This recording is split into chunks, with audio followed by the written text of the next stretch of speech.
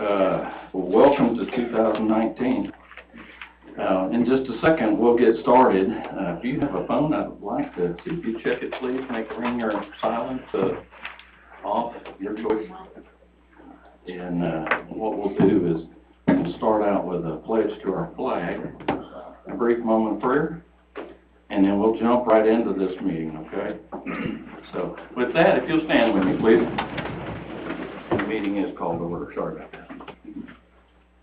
I pledge allegiance to the flag of the United States of America and to the republic for which stands one nation under God, indivisible, with liberty and justice for all. Father, we come to you this our first meeting in 2019. Lord, I pray first and foremost that you'll bless our nation, you'll bless our county. I pray a special blessing on those citizens in Madison County. I hope they have a prosperous year. Lord, my prayer is that you'll bless them, provide for them, and see them through all of their needs. Lord, we pray for our board here. We have returning and we have new commissioners. I pray for wisdom and guidance for them. Pray that all of our efforts will be pleasing and that we'll keep county interests foremost. Watch over us as we depart. Forgive us our sins. In your name we do pray. Amen. Amen.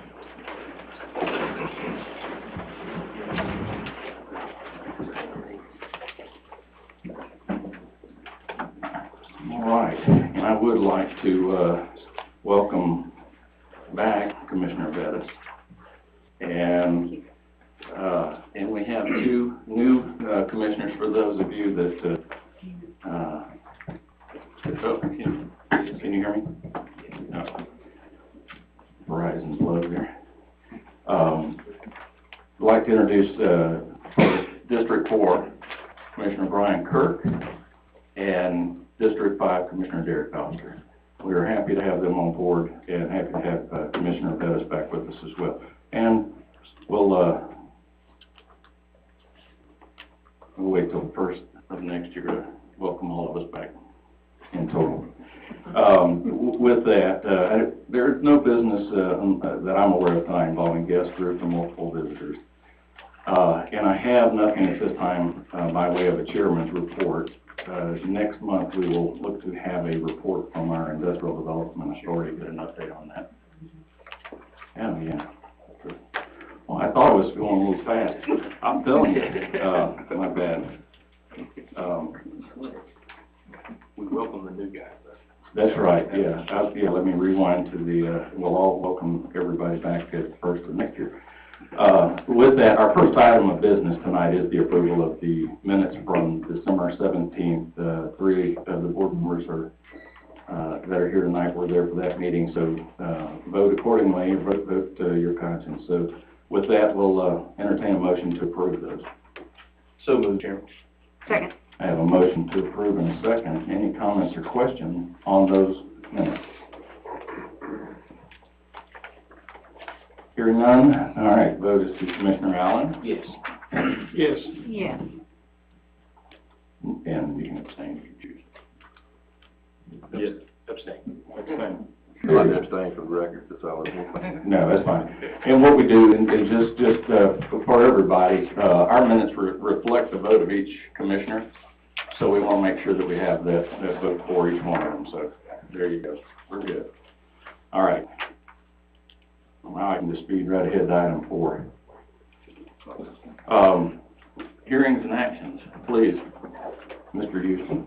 Good evening, Mr. Chairman and Commissioners. Welcome to the two new commissioners to the meeting. First rezone request tonight is for Grady and Rebecca Poole. They're requesting to rezone 2 acres of their 7.1 acre property from A2 to RR to give to their child for a home site. The property is located on map 47, parcel 72X on Lim Edwards Road in District 5. The vote of the Planning and Zoning Commission was a vote of 7-0 to recommend approval of the rezone request. Okay, just confirming the total size of that lot. 7.1 acres. 7.1, very good. Yes, sir. All right. And what we'll do is, by way of protocol, we'll hear from the petitioner or offer the opportunity for them to speak in favor, or their representative to speak in favor of the rezone. Then we will give the opportunity for those in opposition to speak. And then lastly, we'll offer an opportunity for rebuttal on that. So at this point, it's Grady or Rebecca Poole or a representative here. Okay. Mr. Johnson. Thank you, Mr. Chairman. Victor Johnson with Graham Law Firm. I'm here on behalf of Grady and Rebecca Poole on their rezone request to rezone 2 acres of their 7.18 acre parcel so that they can provide a home site for one of their children. This petition was in front of the commissioners last May, where it was turned down by a 3-2 vote because 2 of the neighbors opposed the rezone because they said it was always understood that these were 5-acre lots. There are no protective covenants on this property. There are no deed restrictions. And there is nothing legally restricting the property to 5-acre lots. I filed with the Planning and Zoning Commission, and you should have copies as well, of an attachment to the rezone application and a constitutional challenge, setting forth basically this, that of the 93 rezone petitions within the last 10 years, and that's through September of last year, of the 93 rezone petitions to allow a 2 to 5 acre split, splits of less than 5 acres, to create an additional home site. One has been denied. 53 of those we were able to identify as a rezone to allow a home site for a child or a family member to rezone from A1 or A2 to RR. Only one of those has ever been denied, and that was Mr. and Ms. Poole's application. I was at the hearing in May. I wasn't representing the Pooles, but I did hear the objections from the neighbors, and those just are not legal grounds to deny a rezone application. Ms. Fortson, the zoning administrator, in your application for rezoning and her analysis of the rezone, the analysis of rezone request based on the approved standards from your zoning ordinance found that this rezone request is completely in line with current Madison County zoning and land use regulations. Paragraph 3 of the constitutional challenge and the first large paragraph at the bottom of the cover letter really set forth that argument that there's no restriction on dividing the property into smaller parcels, that the property is in the high-density residential area of the 2017 land use map, which is appropriate for smaller lots, 2-acre lots for home sites, and that the future land use plan designates the area as suburban, which, quoting from the land use plan amendments in 2017, is classified as primarily residential and intended to accommodate the majority of the expected residential growth in the county. Now, I apologize for running out of paperwork with this application, but we took the rezone summary for the last 10 years through September of last year and went through and identified the family splits and the other splits, the total 93 rezones, of which 92 have been approved. This is completely consistent with the land use plan. It's completely consistent with what has been done in the past. In fact, the Pooles had originally applied last March, which was heard at the May hearing, to let 2 parcels be split out for both of their children. They've actually reduced that request to a single 2-acre parcel to be subdivided off of this property to allow them to have a home site for one of their children. Mr. and Ms. Poole are here. They're able to answer any questions you may have that I can't answer. I'll be glad to answer any questions that you may have about this application and this rezone. Anybody have any questions?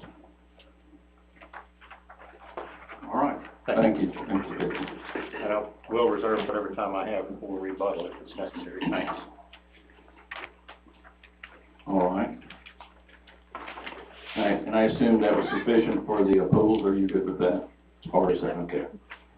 All right. At this time, is there anybody present tonight that would choose to speak in opposition of this rezone application? Anybody at all?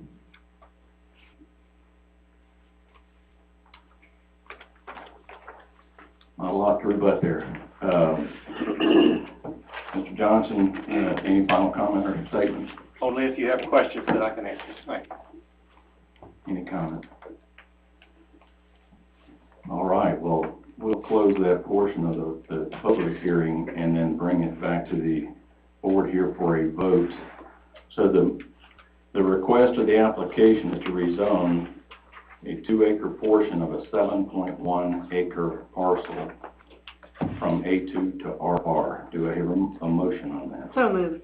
Second. I have a motion and a second. Is there any discussion? Any discussion at all on that? All right, well, then we'll take a vote. Commissioner Strickland? Yes. Yes. Yes. Yes. Yes. All right, there you go. All right, item number 2, Mr. Chairman. Okay, the next is an amendment to the ordinances. It amends Article 8 to reflect the changes to R1 to increase the size of those to 1.5 acres to make it uniform across the county to R1 designated properties. And the vote of the Planning and Zoning Commission was 7-0 to recommend approval of this amendment. Does anybody have any questions or so?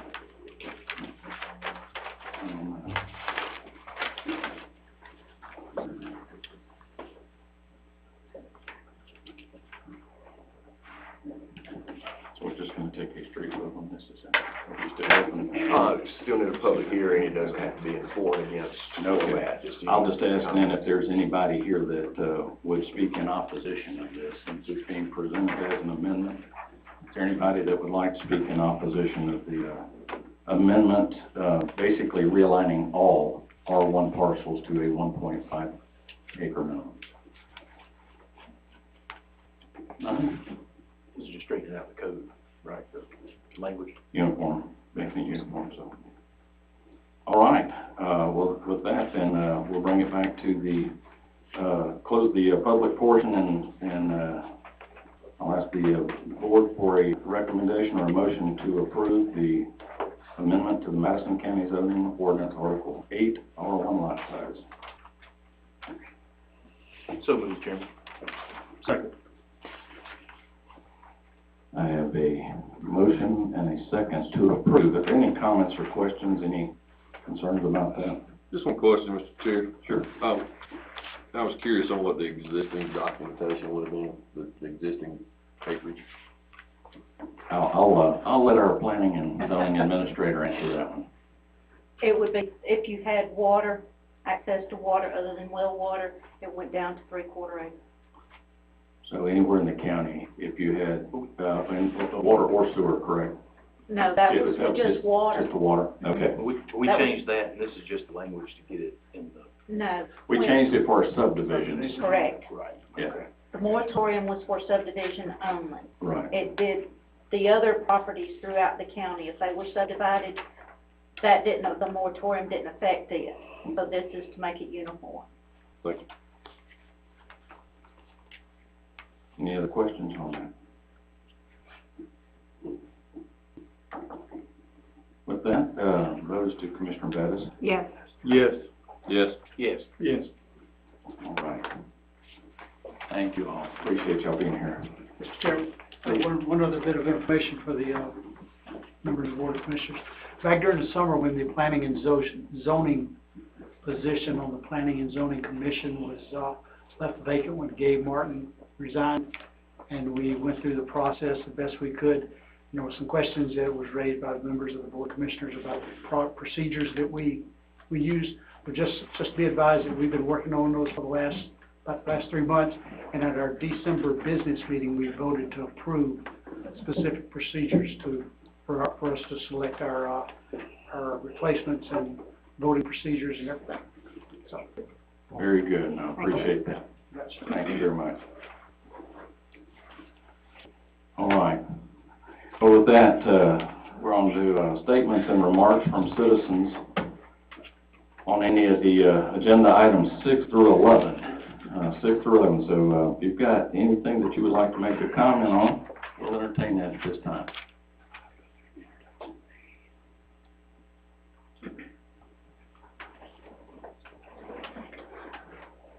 All right.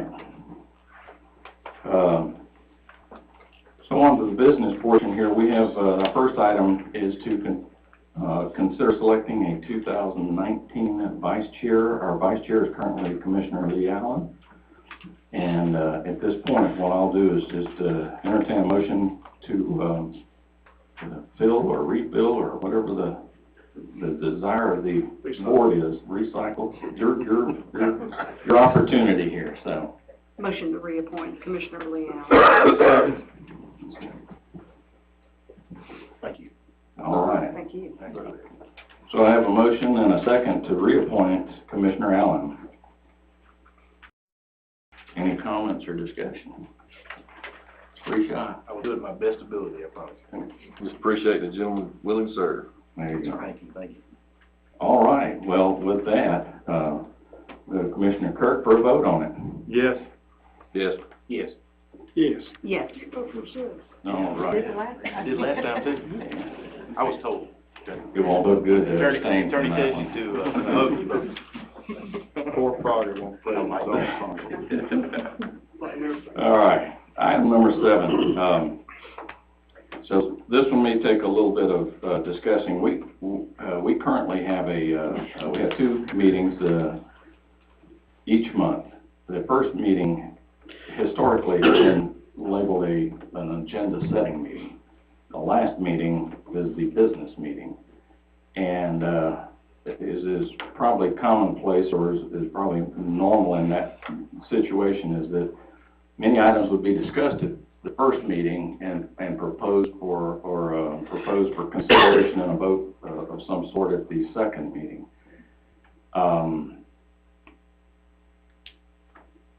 It has largely been the practice, certainly, and I'm probably guilty of this, is we have kind of migrated toward a 2 business meeting per month as opposed to an agenda setting. So the discussion tonight is to determine whether or not we want to try to segregate that, make it a true kind of tee up whatever the item or the issue is early, give a week, 2 weeks in between, and then perhaps vote on it. In the defense of having the 2 business meetings, or perhaps easing into that, as a matter of more so, it's more than convenience. It was out of perhaps efficiency, trying to handle items a little bit more timely, so that they didn't sit on the vine too, so that was probably the rationale or the reasoning that got us to that point. But I'd entertain the discussion on that. Currently, we reflect an agenda setting meeting and then a business meeting. So if it's the board's desire to leave it there, no action would be required. But what we probably go to then is largely, we still have the option of entertaining under urgent matters, those that really need to be taken care of if it can't wait till the next meeting. But largely what you would see is a little bit more of the issues being discussed at we would have our, still have our hearings and actions at that first meeting, but then we would roll into our agenda setting. So it would be a little bit more along the lines of discussion. So I'll open the floor. If anybody's got thoughts on that, though, maybe we can try to flesh that out. And if you want to make the change, I don't know if that can be made tonight on the spot, or if we need to wait till the next meeting to actually officially change it. But I'd be okay with doing it tonight if it was the board's desire to go with 2 business meetings. So I'll leave it at that. Any comment? Mr. Chair, in respect to this item here, I guess I just have maybe the newness of the position, but I'm just a little concerned that giving a week or 2 week notice on items of, consider policy decisions or questions that may need additional information. I realize we may have the right to request a postponement or, table an item at any particular time, but with the resolution being that we have the opportunity to take stuff under urgent consideration, my personal opinion, I believe I would like to consider leaving it as is and dealing with business items once a month. Any other thoughts? If we go to what we have been doing, will we go to more of an agenda setting? Right. You would hear exactly what we're doing right now. Yeah, that's kind of my next A point. lot more during an early meeting in the month. The thought too is that typically your last meeting of the month and your first meeting of the following month are separated usually by 1 week. So you're a little compressed. If you're going to take on an item for action, the thought was, I think initially, was to have that as an opportunity to present it, And we can discuss it. We can always call a special call meeting too if we need to. If you ever needed to, that's exactly right. You have the option to call that special meeting. And, Make sure that goes, right? yeah. And then you also, as was pointed out, you have the option during that agenda setting meeting to take action on an item if necessary. And not to confuse it worse, but even the first and last Monday is not written in stone. All that's required by your charter is meeting twice a month, whenever you choose and doing whatever you wish at each one. If we'd like to keep it like it is, if it doesn't work, we can change it. Sure, well, and as the chairman says, you know, and this is the temptation. I have clients that do it both ways, but you have to be really diligent if you're going to have that agenda setting meeting about keeping it an agenda setting meeting. It's really easy to bleed into just becoming another business meeting. So. And it was, the last meeting was agenda setting and the first one was regular. But that's not in stone either, but we could, like this That's one, correct. regular. Mm-hmm. But we could change it to the first meeting being agenda. That's right. Right. That makes sense. Mm-hmm. A lot more sense. Does. Mr. Chairman, I guess, what my question would be, if we keep it the same, though, our intention would be that we would have at least one of those meetings, more of an agenda-setting meeting. Is that? If we keep it as it is right now, we're practicing in earnest exactly what the attorney just described as we bled over. We conduct business kind of at will. And that's not to suggest that it's not thought out. It's just that we have gotten away from what was originally intended. And I believe, and I'll ask for clarification on this too, that, you know, we say loosely that you can always use urgent matters as a placeholder. You can only use that if all 5 of you agree unanimously to take that on as a business item during that meeting. So you know, if there's you're hoping that there's not a contentious issue before you get to that, because everybody might not be singing on the same page of music and want to entertain that idea that night. So you'll be, you know, it's there, and I hope that we'd always use that as a true placeholder for something that cannot wait. But still, you need to vote unanimously to take that on as an agenda item and then do it. So as it stands right now, we have not practiced in good faith isolating or dedicating, you know, a meeting time to just purely discuss. There's kind of been an expectation that we were going to vote on it after we discussed it. And sometimes you can do that. You can do it very, you know, there are many items that are very benign and that need to be handled that way. And maybe going forward, if you can condition yourself to start thinking of it that way, you'll align all of those housekeeping items so they can be handled, you know, I believe the proper term is through a consent agenda. So we can do that. The last thing I really want to profess is any skill as it pertains to Robert's Rule of Order. But I do know that sometimes when you do it and you break,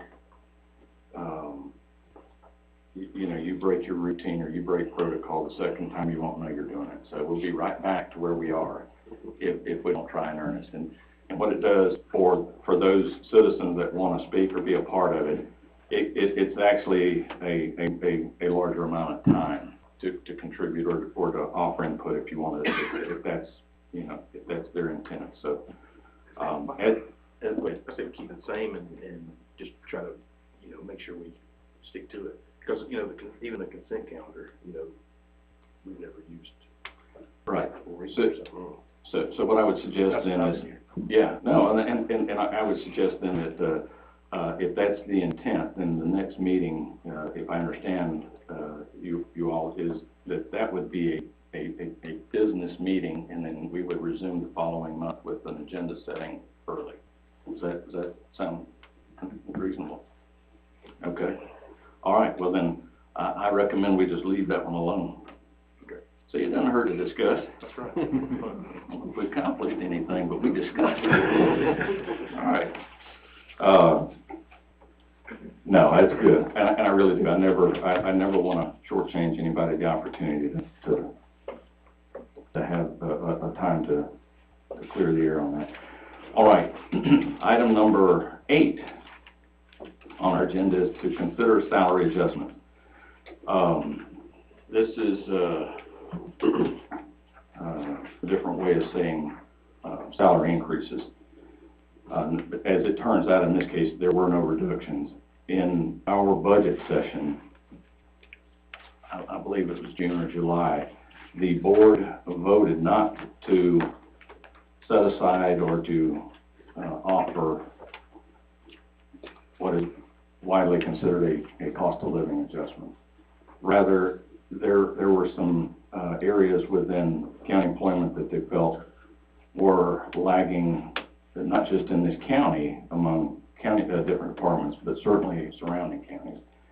And they identified primarily our 911, our dispatchers, as a group, and that's reflected in our turnover largely. And then we also did some realignment in our public works department, public works area. And so those adjustments are to bring those members, the dispatchers, and there's a warrant clerk that reside within too. And the plan was presented to the board as a 3-year plan. This first part being the first increment. We'll look at it as this is the only part, and then next year we'll look at the second. But we can't commit. It'd be a wonderful, and I hope in the coming years we will be able to do that. Right now, though, we would have to consider this as a standalone improvement, and then relook next year, see what's available, what we're able to do. But they certainly were identified, and some of our again public works folks, and we have listed, and I have, and I noticed Brennan Baird is here tonight. When we get to this discussion, I would hope that anybody that has any questions for the folks in these departments, if you'd like to offer, Brennan is over the, as of January 1st, is the new director of our 911 center. And he is continuing to work with the outgoing David Camp, but they put the proposal together, Brennan presented it, and that's what you had in front of you, or what was provided you. The other folks were largely, as I say, public works. What we've had in the past is we've had a road superintendent, for instance, and his other title was public works director. He was vehicle maintenance, and he was facility maintenance. It was then, and it is now. It's too much for one person. You don't get fair treatment. You don't get fair coverage. So we didn't bring on any new people. We just kind of moved the ones we had around, but we tried to do it in a way that shifts a little bit of the responsibility to other people, and with that comes the compensation to do it. So we moved Derek Horn to our road superintendent position. Derek has been with the county for a number of years and is an accomplished equipment operator and has an understanding, and we'd like to see him take on the day-to-day maintenance and care of the roads. Sean Darnell is being singled out as a kind of a shop foreman, vehicle maintenance. A lot of vehicles in this county, an awful lot of vehicles. And, with all the new requirements, if any of you own a new vehicle, if you've got, any involvement with that or some of these other, new requirements, it's a challenge. Our transfer station was moved under our Public Works Director. All of these are kind of, there's nothing new, most counties operate this way, and it's just it's a way to, we are moving the current director at the transfer station is retiring, and what we've done is we've moved, Mary Beth Dial is moving up to that place. Mary Beth has assumed that role. We've chosen not to backfill Mary Beth's position because we feel like we've got some of the administrative and financial coverage through one of the other people in Public Works, and that is Miss Irene Jordan, who is a kind of an administrative catch-all. She does everything for our current road department. Well, with Alan Lipsinski becoming our Public Works Director, Irene moves up with him, but she also provides oversight for all of the other facilities as far as some of the administrative work. So those were the folks there that were listed in Public Works. I believe there was about 5 or 6 of them. We have the last 2 were, we have a property appraiser. We have one of our property evaluators, Gary Kapler, and I think I saw, did I see Robin? There's Robin. And I encourage, you know, we want to make sure that all our departments know that it's not, this is the first round. This is the money that we had obligated, that we had set aside, and this is what we're trying to do with that. And when we look at it the second time, we'll try to make a more comprehensive look at everybody. And if we can't get everybody, then we're going to do the same thing. That we're going to bring up a number of other departments or people in other departments. And then lastly was, we cannot adjust the salary of an elected official, if I'm correct. We don't have that, okay. But state law does allow us to offer a supplement. And many of the counties around here offer a supplement to their coroner. And the board here is looking at a supplement to our coroner. Our coroner salary is $4,700, I think, a year. And we dealt with in excess of 110 deceased coroner cases last year. So many of them involved days, weeks. We're still working some from over a year ago. And once that stipend is paid, or that it's a fee of $175 that coroner receives for each case they work. And we have several coroners. We have one elected, but you have several deputies that can perform that. Once a coroner receives $175, that's the end of the payment. I don't care if it lasts a year. That's the end of the payment to them. So with over 100, we're at 2 or 3 in 2019 already. So we don't see those numbers going down. And quite honestly, to keep, you know, whether it's this coroner or the next coroner, I think we need to address that though. So that is the recommendation. Each of the commissioners has a list of those, and the money that was set aside last year that was budgeted was $120,000. We couple that with some of the money that was saved through not filling a position moving forward, and all of the proposed increases or adjustments are covered with that money. Nothing additional. That's salary, that's benefits, that's everything. So the board was right in trying to keep that amount under that threshold. So and with that, I'll turn it over to the board. I just want to make sure everybody was clear what the adjustments were, and I'll leave it to the board to make a motion.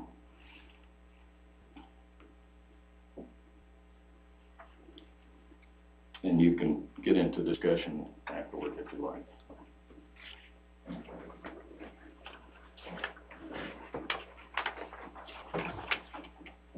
Motion to approve. I'll second that. Okay, Ladies first.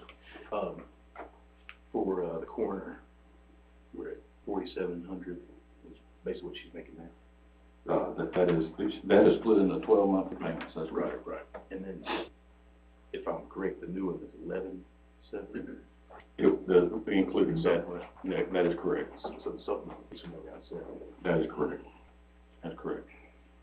And again, that is, based on the numbers compared to counties around Madison County, and She's definitely seeing more and more, and I wish she wasn't. I know she thinks the same way, but, maybe doubling things. Well, she's known in the state as one of the best, too. She's a very good reputation. Yeah, Mr. Chairman, do we know how many hours that it would equate to that she's spending on a weekly basis? I mean, if you averaged it out. it would be difficult, except that she actually logged that. I don't know how we would know it. I do know that, there are court appearances that never get reflected in here. There are, as I mentioned, I'm aware one case comes to mind very clearly from a year and a half ago that is still being litigated. And she is, at any moment in time, she works or coordinates with the ME's office, GBI. She's also, and I say she, let me rephrase that. That's the office of coroner, because a lot of times we think that the 175 goes to her all the time. That's not the case. She doesn't receive that each time. That goes to the coroner of record. But with LifeLink, the organ donation and all that, she's the conduit for all of that. So, and we do the iBank. Every one of those, you lose sight sometimes of what kind of coordination goes into that. And so I can vouch this past week was probably was in excess of 10 hours. I was with her on a 6-hour call, so I can vouch for 6 of those. And that's routine for her though. So, Will the supplement just be for the coroner? The supplement is for the coroner, and to designate who that goes to. So she could split that up between her deputy coroner too, if she wanted to. What she does with it after it's her is same No, thing. and the reason I'm asking all these questions is I don't remember us talking about that specific salary during budget time. And correct me if I'm wrong, I just do not remember that being in the discussion. I remember all the other ones, and I'm super happy that all these others, Derek, that is far overdue. That's awesome. And these people, with a full staff, a lot of people think, yes, I've had somebody say to me, well, they've got 40 people over there. 19's a full staff, he's never full staffed. You know what I'm saying? And these guys, they do work hard. I know they work hard in my district, and I can speak for District 1.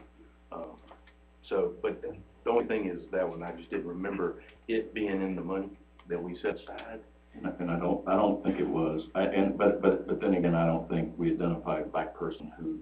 Right. Because I just remember us talking about the public work department and the dispatchers. Right. Those are the two groups that we really spent a lot of time talking about. Right. So as far as the money we put aside, where are we landing now? Totally. We're actually under 6 or 8,000 in the black from what's set aside and what is being proposed. Okay. I've been on one corner call because I don't have a real strong stomach. Yeah, me too. But I was with her from, I think, 8:30 to traffic accident, motorcycle accident with a truck. And I think she finished her paperwork at 2 in the morning. So. Yeah, I was there for 6 hours during the death, and they were there the next day. So, and I'm not, like I said, I'm not trying to talk about if she deserves it or not.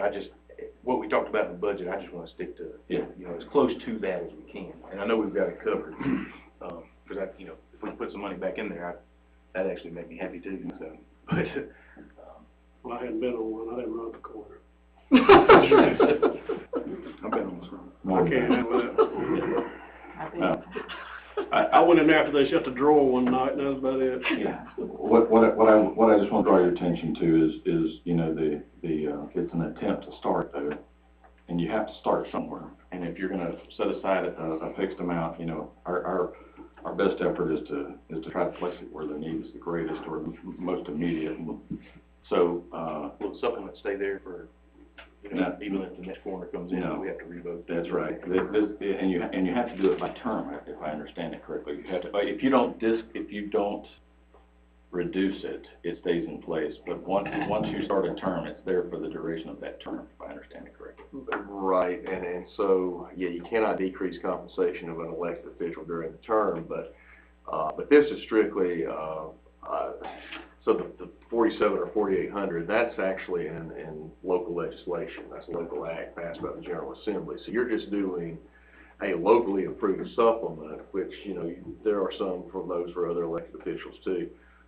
So that's going to be at your discretion at any time. Well, you know, if us five up here, you know, play devil advocate, if we wanted a pay raise, we'd have to do 2 public hearings, we'd have to run into Oregon, the people would have to vote on it, correct? And we'd have to fight our way out. Right. Yeah, but, so, and I'm not, and like. It also couldn't take effect until after the next election. Right. So we'd be putting it in, they'd be putting it in for the new guys coming in, you know, guys and girls, excuse me.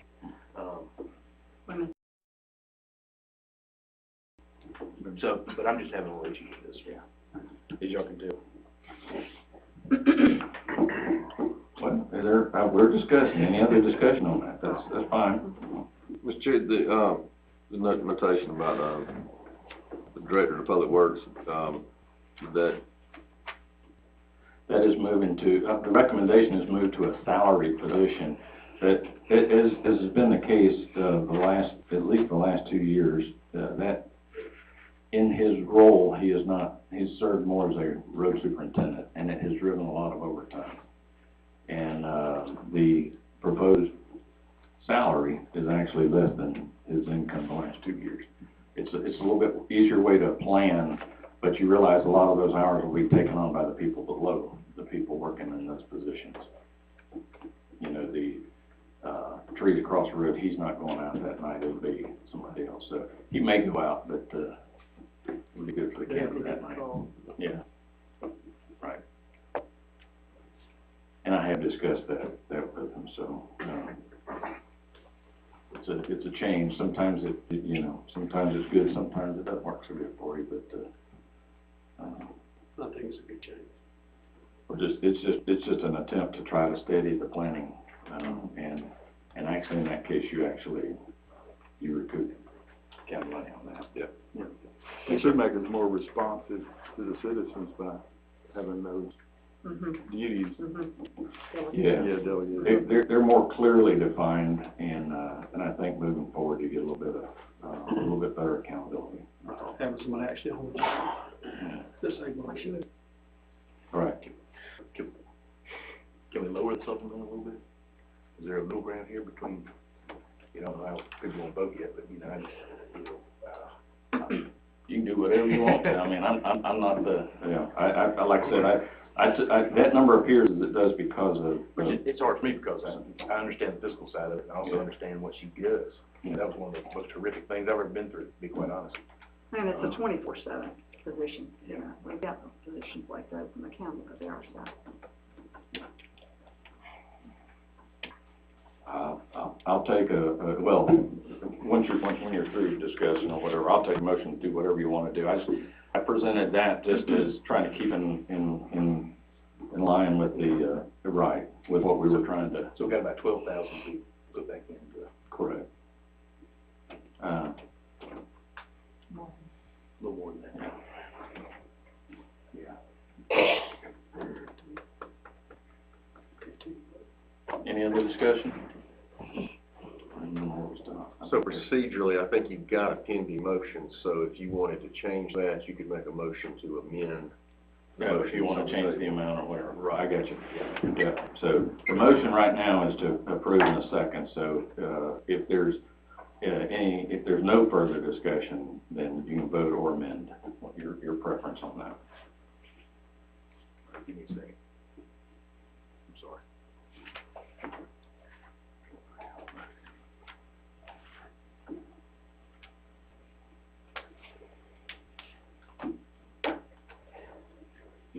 I'll try it. I'd like to make a motion to amend. Keep it as is, but amend the supplement from 11/7/2016 to 94/54/02. Tell me what that is in excess of what our pay is. I gotta pay what our pay is. 47/27/01. It's basically doubling it instead of 7. Read me that number one more time. So the supplement would be, instead of the 7, would be 47/27/01. Okay. So I'm gonna accept that as a form of a substitute, actually. Well, you can either make it as a substitute motion or just a motion to amend the pending motion. Okay, Commissioner Bettis made a motion to approve, is that right? Yeah, I made the second, so she'd have to amend her original, or this, like I said, this was a substitute motion, is what I thought I would have to make. Can I ask a question? Okay. Yeah. So we're talking about if we know she doesn't, but if she made every call, Right. $175. So we're talking about with what you had down, we proposed, she'd be at 30,000, give or take a few dollars. Correct. If she made every call, which she's not.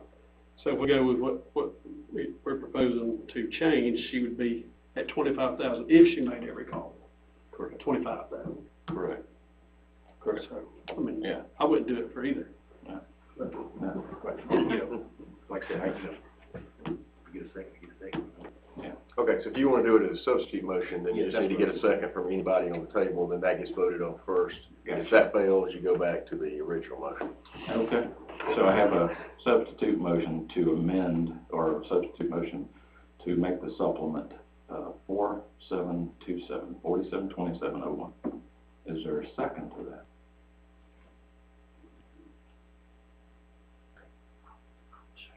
Because these other ones, they need the increase. I know that. Going once. All right, well, we're gonna consider that one, failed then, and we're back to the original motion to approve the, supplement as, actually not just the supplement, but the entire, proposed schedule there as presented. Okay? I do have that. Okay. Any further discussion on that? Mr. Chairman, I just wondered if Brendan had any comments about the 911 dispatchers, the situation with the turnover or anything. I'd be more than happy to share anything that you guys might have some questions about the turnover or some of the surrounding pay or what they are making for those of you who aren't sure. We got 8 of the 12 have other part-time jobs right now? Yes, we currently have 12 dispatchers and a warrants clerk. The warrant clerk by title works a little separate schedule than everybody else. She's primarily there during the daytime, but her job descriptions, requirements, accountabilities, training, certifications are all exactly the same. Brendan, that's 4 people on 4 shifts. That's 3 people on 4 shifts. 3 people on 4 Yes. shifts. Plus, Wait, warrants. it was 16, right? No, No, it wasn't. no, it's just, they're proposing that one of each shift, one of those 3 Right. will be the supervisor. I see. But they're still a dispatcher. I mean, Yeah, that's- as it stands right now, each shift has 3, at full staff, each shift has 3 dispatchers. The way it's structured right now, there are 3 dispatchers in the room. The problem with that is nobody's there to make accountability decisions or decisions that involve something involving warrants or, who to call, who not to call, who should we call, what does our policy say we need to call, all of those things. So there's nobody there to go, I need you to do that, I need you to do that. Right now we have 3 people all on the same pay scale, all on the same qualification, the same rank. So the proposal would basically adjust the newest dispatcher by a little bit or significantly for them, about $1.75, and the folks who would incur the most accountability, who also have the most experience, would get about $2.25. And so they will incur some additional responsibilities in decision-making, accountability. Because of that, the adjustment's not exactly just say, hey, this amount across the board, because the rank structure where somebody's actually in charge of the crew would allow that person to have a little more money than the new folks who just, you give an across the board pay raise. It's awesome, everybody loves it, but it's not necessarily fair based on the description of the job. But as it stands right now, as you mentioned, we have the 12 dispatchers plus Leanne, who's the warrant clerk. 8 of those have second jobs or additional jobs. In the last 12 months, 6 dispatchers have left. 3 specifically to go places where they're making more money, 3 because they needed more money and better hours. Is that historically the case? Yes, I'd say that's. Like turnover, I mean? Yes, it is on par with most of the public safety, jobs in this area. There's the 50% rule. 50% of them is gonna be constant turnover, and 50% of us is gonna stay in until we die. So, you know, we've got a lot of folks who have been there 14, 15, 18 years. We've also got folks who have been there, you know, 2 weeks. So that half is always turning over. So what we'd like to do is reduce that 50% turnover to more like a 20% turnover. So we're losing 1, maybe 2 in a year, not 6. And, I guess in just looking at the rates, at the old rate and even the new rate, it's not, what I would say is a tremendous, I would like to ask for more. I know, but I know you would, but, and I wish we had more, but. I want to be realistic, yes. Yeah, being realistic about it, but what is the rate for, I don't know, a comparable, I don't know, Franklin County or something, do you know? Franklin County is roughly 11 1/4 an hour, for a starting dispatcher with no experience. Clark County, of course, is a little different animal, as you know, but I mean, you can go there and start making $17 an hour straight off the street. Oglethorpe County is about on par with us. They're within 1/4 starting pay, but now they also have incremental pay raises that are more significant. We've got people who have been here 18 years that are making $4 more than the new people. So there are some who are making about what we're making, and they're experiencing the same thing we're experiencing. So we're, you know, they're losing folks to Banks County and Jackson County and Clark County because Oconee County, you get experience, you get trained, they'll hire you a lot faster. So when we have a new hire, do those people already have the training? Is that training on the job, or is that they have to get a certification from somewhere? There's a little of both. You're allowed to hire somebody, then they have to undergo the background checks the same as a law enforcement officer would. It's exactly the same criteria. They have been a 6-month window between the time you hire them to provide them training and experience to get them in a certification, a communications officer training class. You have to do that within 6 months, or you gotta fire them. So they have a 6-month window to pass the background checks, have all the legwork done, and then attend and pass that state certification training. There are obviously ongoing classes that change that from time to time, and then obviously the more experience you have, the more classes that you may have to attend, like the GEMA and FEMA classes. There are requirements that they have to do that. There's no time requirement on that as far as maintaining the certification, but it's still there. Right. So I suppose that we have people that come in and they work a while, they get certified, and then they go to better pasture or whatever. We have. Not all, I'm sure. Yes, and to combat that, there's a second portion of that. The law actually allows us to do the same thing that law enforcement agencies can do with dispatchers. So if you hire one, pay their salary, send them to training, the law does allow us to sign them to a contract where they have to stay for a specific amount of time, where they have to reimburse that funding to the county. And we had, my understanding that has passed previously, and I'd like to do those contracts and hold them to that. Yeah. Good. We sit with them and you'll really learn a lot. It's amazing what they do. Or you'll quit. Yeah. Well, I know some of them, I know. They do criminal histories, they do all kinds of stuff on top of just answering. You know, Oh, I would invite any of you to come sit with a dispatcher for a full 12-hour shift on a daytime shift, and then do it again on a nighttime shift. It's 2 different jobs. Nighttime is totally different. But it is hectic all the time, and they deal with, just remember, they deal with everything. I mean, they deal with everything from I'm locked out of my car to somebody just shot themselves in the head, and it's just 3 of them in a room. You know, we deal with it in various principles, with law, EMS, and fire, but they have to deal with all of them. So, you know, they have the same exposure to the same issues that we have, and in a perfect world, you know, we'd all make more money. But I want to make sure that they understand that the county receives an incredible service from the ones that we have, and we want to keep them. And, you know, I think this is a good start in that direction. Well, thank you. I appreciate Appreciate putting it together. And I know we do have, if anybody has any questions regarding, Gary Capper, I know we've got Robin back there, if anybody has any issue or any, question or concern for that. I think Gary does a great job. Robin, I hate you come and not get to speak. Yeah, you Oh, live. okay. There you go. There you go, he spoke. So right now, the motion and the second is to approve, this is presented. So, there's no further discussion. Are we ready to vote on this? And I believe the vote goes to you, Chairman Dawson, or Commissioner Dawson. Wow, I've been, you voted yet. All right. Swapping chairs already? Demoted you, sorry about that. All right. Yes. Yes. Yes. Yes. Yes.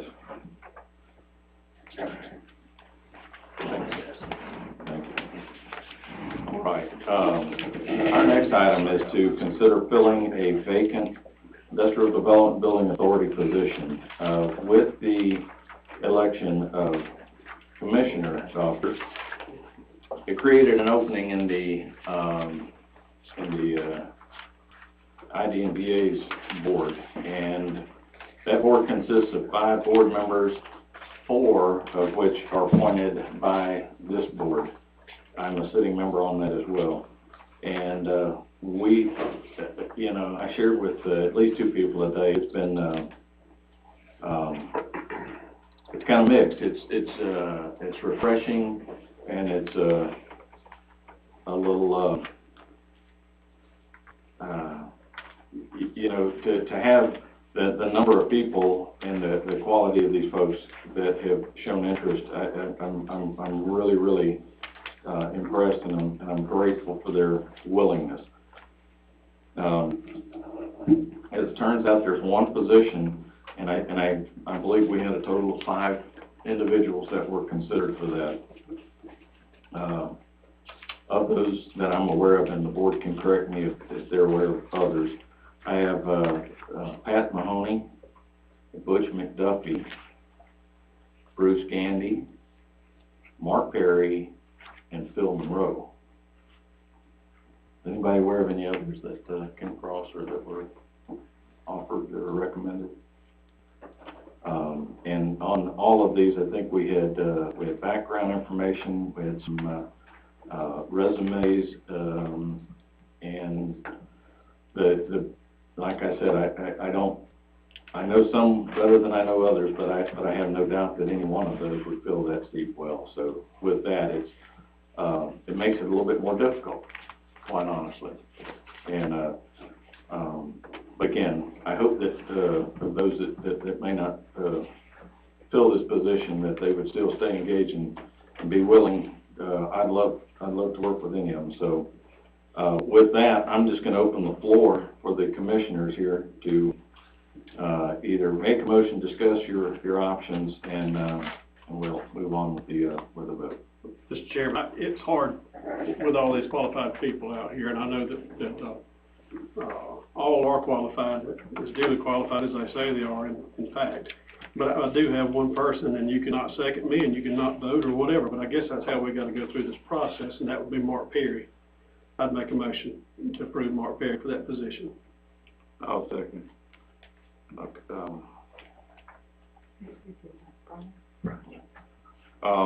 Okay, so there's a motion and a second to fill that position with Mark Perry. Is there any discussion, any comments on this? Anybody? Yes, Mr. Chairman. I appreciate Tripp's response on that, and motion in trying to fill that position. I think a candidate, that I'd like to bring forward for a substitute motion would be, Patricia Mahoney. She's got over 37 years of professional experience, engineering, water and sewer line, and site development, and items that I think would be in tune to help and put the board in a favorable position to have another professional engineer of her caliber on there. And I spoke to Ms. Mahoney, and I think she would be an excellent candidate. So I'll be a substitute motion if it's moved forward. I'll second that one.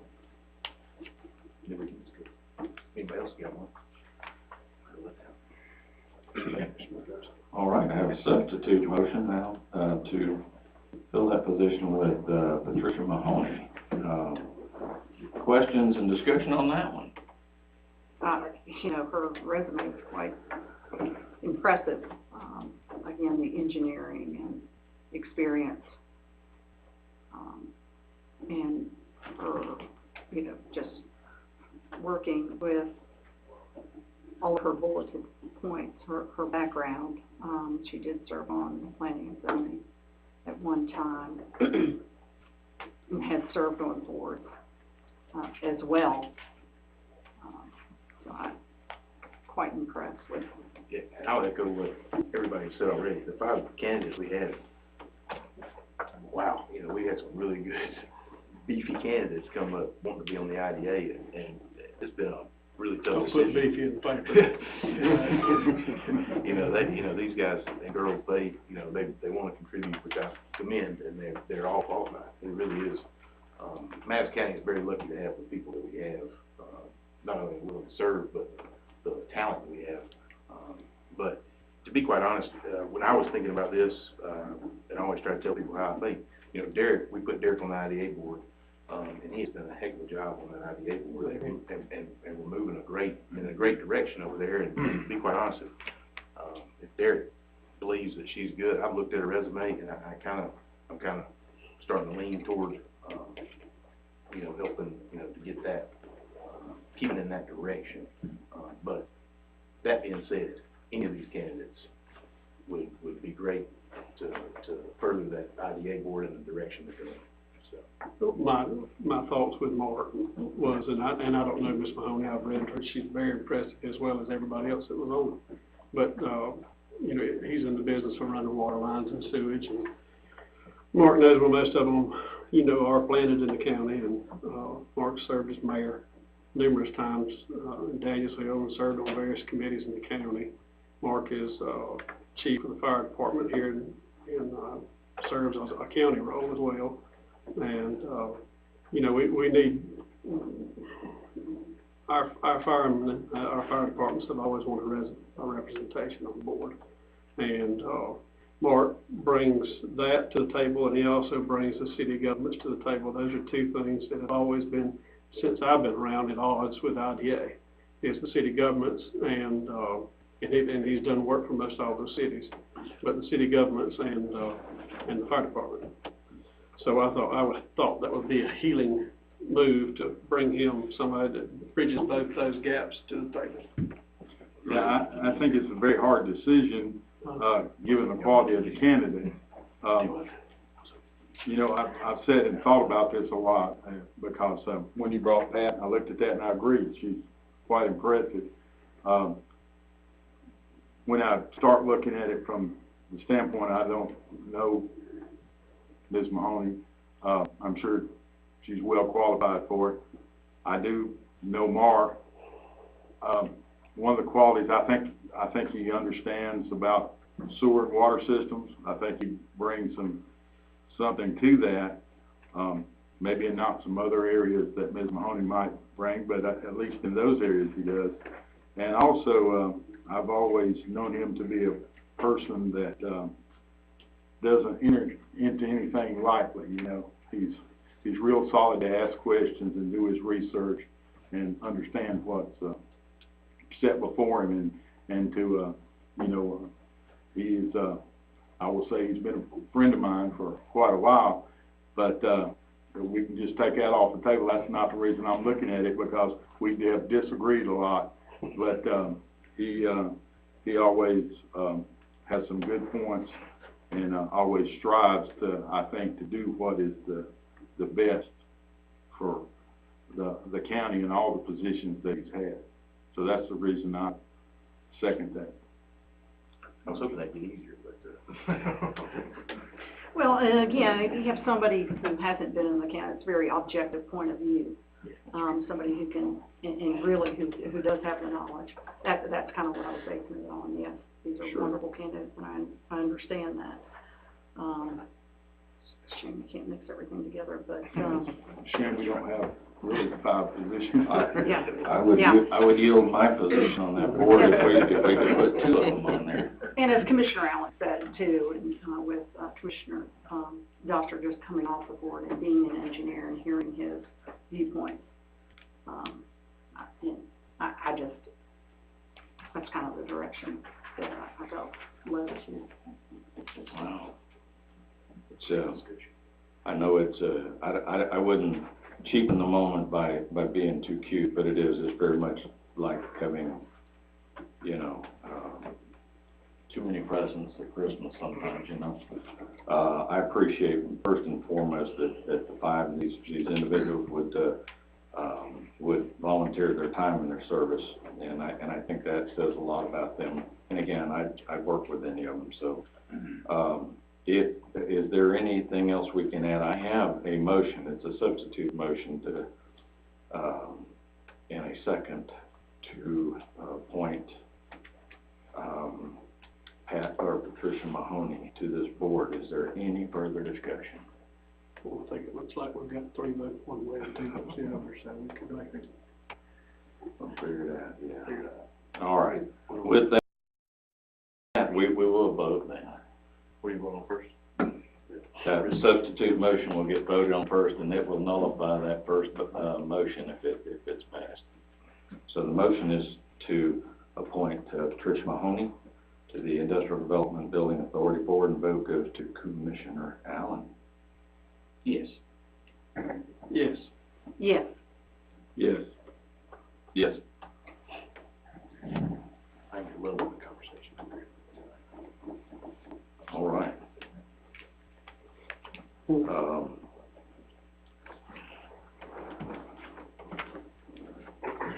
Item number 10 is to consider reappointment of Mr. Bob Fowler to the Planning and Zoning Commission. Dare I ask how many years Mr. Fowler's been on it? Not that it matters, I'm just curious. 4 years. 4 years. All right, sir. Very good.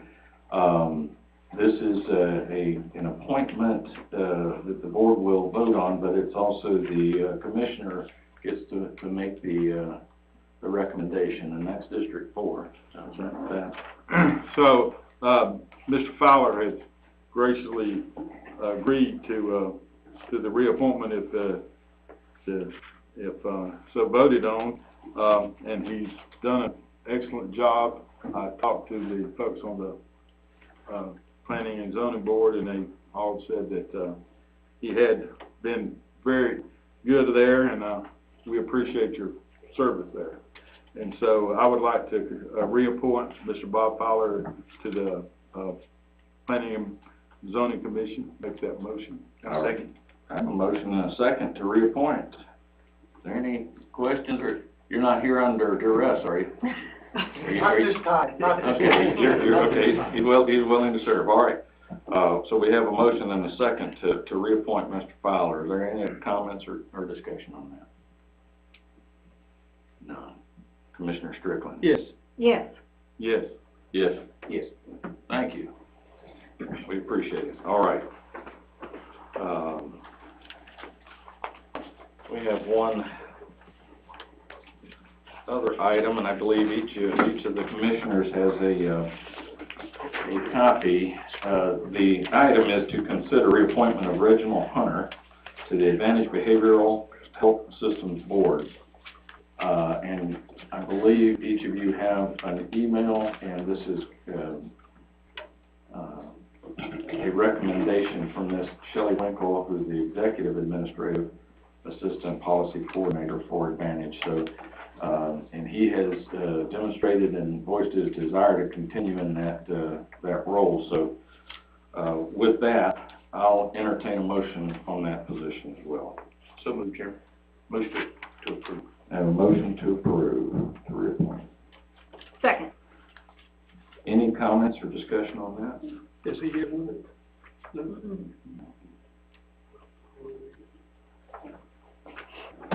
Any discussion?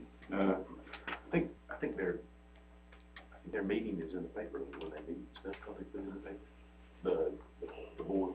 So if you ever wanted to go to one of their board meetings. I believe it's a monthly annual. I believe it's a monthly meeting.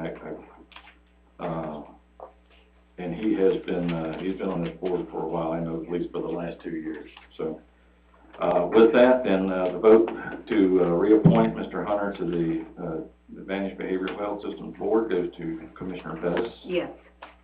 Yes. Yes. Yes. Yes. All right. All right. With that, folks, we're down to our roads updates. Chairman, I rode with Alan on Friday, spent the whole morning with him. We rode around, met with some folks, trying to, make sure they know we're working for them out there. Found some stuff that, we didn't know exists while we were riding around. That was good. We also did we were talking about, he said there were 6 stop signs that had been stolen over near my way over the holidays in just a few weeks. So that I don't know what's going on there. One person's pulled the whole sign up out of the ground and everything. So, and then lastly, we did a little reverse rain dance to stop the rain. And so it seems to be working right now. That little bit of Indian I got in me. I'm not Elizabeth Warren, but that doesn't exist. But anyway. We started calling you Pocahontas. Yes,